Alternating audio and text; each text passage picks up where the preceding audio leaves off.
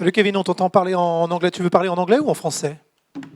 Si vous me posez la question en français, je Ou, réponds en français. non, Si c'est vous me parce posez en que, anglais, je parce que réponds en anglais. ton adversaire Brian Battle a dit en anglais « He's boring ». T'es chiant, il paraît. Ok, on va voir samedi soir. We will see on Saturday night who is boring. La Fight Week UFC Paris vous est présentée par Rhino Shield, les boss du game des protections pour smartphones et AirPods en termes de confort, d'ergonomie et surtout de résistance. Obtenez 10% sur tout le site Rhino Shield pendant la Fight Week avec le code LASUEUR. J'enchaîne. Je fais partie des RMC Sport et j'ai vu cette interview dans le vestiaire hier où tu disais que tu avais dormi dans ta voiture quasiment 2 ans. On prend des douches à la salle d'entraînement et derrière, je me suis dit, mais comment il fait pour le dos à un moment Comment on fait pour dormir incliné pendant 2 ans? C'était pas pendant 2 ans. J'ai dormi à la salle pendant plusieurs années, plus que 2 ans. Mais dans ma voiture, c'était seulement quelques mois. Mais j'étais garé sur le parking de la salle. Donc ça va, j'avais la douche à la salle. Je pouvais me faire à manger comme je pouvais à la salle. Donc ça va, je pense que quand tu fais ce que tu aimes la journée, au final, tu n'y penses même pas. Tu vois, je pense que c'est plus pour les gens d'un point de vue extérieur qui se disaient mais comment tu fais pour faire ça? Pourquoi tu fais pas un boulot à temps plein, tu t'entraînes un peu moins? Parce que j'aime ce que je fais la journée. Donc au final, ça m'embête moins de dormir dans ma voiture le soir. Et ouais, ça allait. J'avais un petit van que j'avais acheté à 3-4 000 balles à l'époque. Tout ce que j'avais.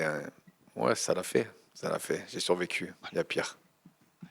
Bonjour Kevin, j'ai des questions du chat Twitch RMC Sport. La première question, c'était de savoir, quand tu es venu t'entraîner en France, ça a été le Boxing Squad et Aldric Cassata. Est-ce qu'il y avait une raison en particulier qui t'a amené là-bas? Alex Herbinet d'RMC, justement, qui m'en a parlé. J'avais fait une interview avec Alex après que je gagne ma seconde ceinture sur l'organisation HEX en Australie. Et il savait que j'allais plus ou moins. Il y a de fortes chances que j'allais signer à l'UFC. Et il m'a demandé d'où j'étais en France. Et moi, je viens du sud-est aussi. Il m'a parlé d'Aldric. Il m'a dit que, vu comment j'étais comme personne et comment Aldric il est, il y avait de fortes chances qu'on s'entende bien. Et ouais, j'y suis allé. Ça s'est très, très bien passé. On s'est bien entendu. Et voilà, c'est pour ça que j'y suis retourné depuis. Et ce sera ton camp, on va dire, de camp de base quand tu seras en France? Quand je suis en France, oui, oui, clairement. Après, la plupart de l'année, je m'entraîne en Nouvelle-Zélande. Mais quand je suis en France, je suis toujours content de m'entraîner avec Aldric à Nice. Et justement, dans le chat, il pense à ces fameux camps en Nouvelle-Zélande. C'est peut-être les camps d'entraînement les plus prestigieux qu'on a pour un combattant français à l'UFC en termes de palmarès, puisqu'il y a des anciens champions, etc.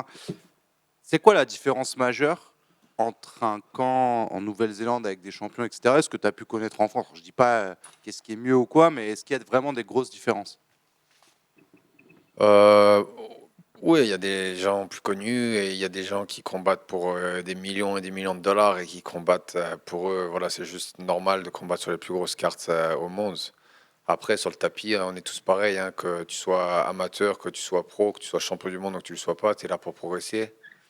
Et que ce soit Easy, Volk ou que ce soit d'autres mecs que vous connaissez pas, on est tous pareils. Tout le monde essaie de progresser. Donc non, ça change. Je pense que c'est plus d'un point de vue extérieur où ça peut changer, ça peut impressionner. Mais ensuite, une fois que tu connais les mecs, tu te rends compte qu'on est tous pareils. Et dernière question pour moi, du coup, ce premier contact avec l'UFC Paris, est-ce que ça te fait quelque chose de particulier par rapport aux autres UFC que tu as connus? Ouais, ouais, ça fait plaisir déjà. C'est quelque chose que j'attends depuis de nombreuses années. Je sais qu'il y a pas mal d'attentes sur moi, surtout le fait que ça va être mon premier combat en France. Donc voilà, j'ai hâte de rencontrer le public français. J'en ai entendu parler comme quoi la foule était folle le soir du combat. Donc j'ai hâte de vivre ça en vrai et voilà, rendre au public ce qu'ils ont pu me procurer avec plein de messages ces dernières années. Donc ouais. Bah, tu en as encore là en direct dans le chat beaucoup de messages de soutien, donc merci Kevin. Merci à eux aussi. Kevin, right here. I've watched an interview of yours in French with subtitles, so it might be wrong, but it said that you want to stress yourself out during fight week. Could you expand on this? Because most people want to be stress-free. Not during fight week, during fight camp. Fight camp. Okay. Yeah, during fight camps, there's some trainings, especially some sparrings or some trainings that you've already heard of, and we call Sparta, which is a pretty very high intensity training. I try to put myself mentally in a fight situation. In the way I warm up, I always warm up with my coach the same way I'm gonna warm up during the fights. And I put myself in a situation where I feel I'm about to fight. So I kind of force to stress myself before I even get to this training, which means like I feel pretty much the same way that I'm gonna feel on fight night. And weirdly enough, when I fight, I don't stress as much since I've been doing that because it's like I've done it 8 or 9 times in a row, 9 weeks in a row before fight night, and then I get to fight night and I just feel it's normal because I've done it 9 times in a row for the past 9 weeks. Normally, when people start training, they start training with people of their own level, not with champions like you have. You have started training with Adesanya, you started training with Volkanovski and Hooker.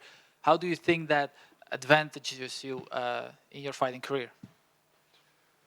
Well, it just made it feel for me that it was just a baseline. That was just a normal thing, like just a thing to reach. And yeah, that's it. Like, yeah, that's pretty much it. Just training with great guys was a great opportunity. But for me, I just see them as my friends. You know, I don't see them as anyone different. And some of the guys who are not famous for me are the same. They're just a bit richer than us. That's it.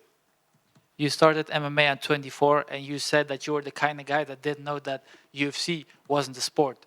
What kind of advice could you give people that want to start MMA but think that it's too late? Yeah, well, where are you from? What major? I am from Emil Sardar Stand 'Em Up. I'm my own media. Okay, well, I don't know how it is over there, but I know like in France, we had a pretty bad image of MMA up to a few years ago. And that was not really like on the mainstream. So we didn't know much about the sport back then when I studied in 2016. So yeah, I just didn't know nothing about the sport. Didn't know what MMA was, what the UFC was. Didn't know anything. And yeah, then I just learned straight away when I started the training. And then I just met some people who told me about it. And yeah, that's it. I don't know if I answered your question, but... Last question for me. I saw you train in what I thought was a Gucci shirt, but then when I zoomed in, I saw that it was something else. Seems like you've really taken up the Australian culture, yeah? Yeah, making the most of it. Thank you. Kevin in the back. If we look back at the beginning of your career, you have only 2 losses, and one of them was against GDM.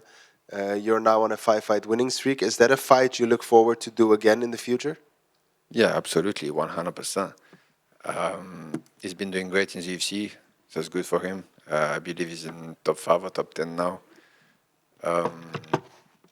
I need to keep climbing the ranking. I need to keep beating guys, better and better guys, and eventually I will get there myself. But 100%, I will want this fight back eventually. It will happen at the right time. Hopefully, I can stay busy now and not like the beginning of the year where it's been a bit of a struggle to get fights. But if I can stay busy and keep winning, I will fight this guy within the next 18 months or so, 100%. Well, hopefully we see that fight again. And is there someone you're eyeing out to see after this fight? So you win. Is someone you're eyeing out to see to get that fight? My eyes on Saturday night, man. I've been very, very focused on these fights. I've been training as hard as I could. Yeah, man, I'm ready. I'm 200% focused on this dude. And as soon as the fight is finished and I get my hand raised, then I think about what's next. But life taught me that you can't think too much ahead of you, because if you don't get the win, none of those things that you thought about going to happen anyway. So I'm focused on this guy, and as soon as I get the win, then we'll talk about it. Thank you, man. Good luck this weekend. Salut Kevin, Pierre pour NoSense. Première question, tu nous avais dit il y a une semaine que ton adversaire avait demandé un top 15 après ses dernières victoires et qu'on lui a donné Kevin Jousset.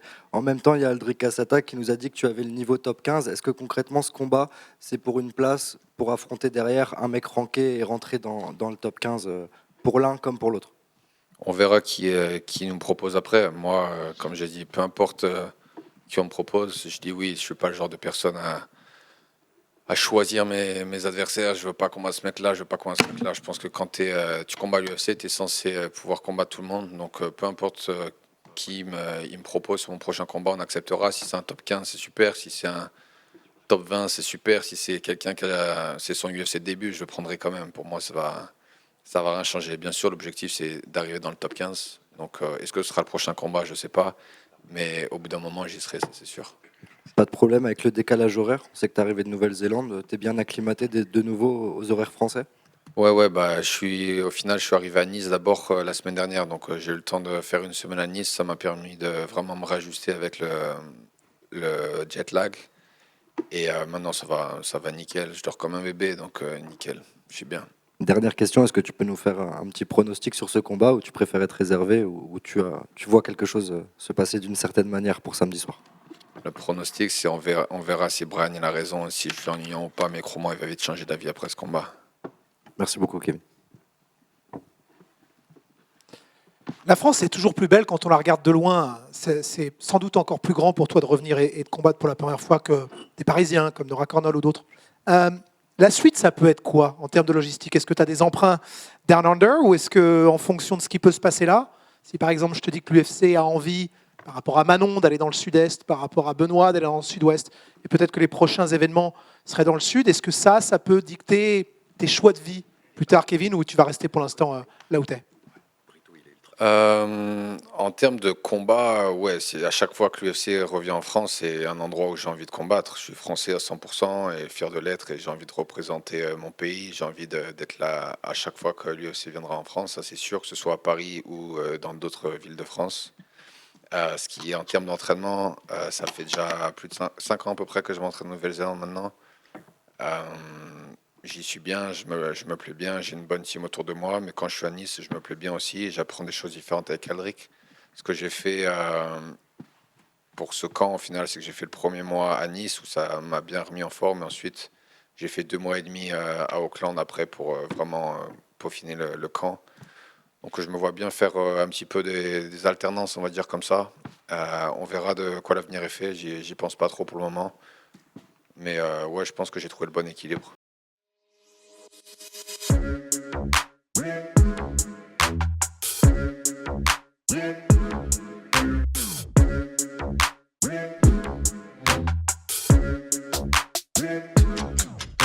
I'm fucking coming for you!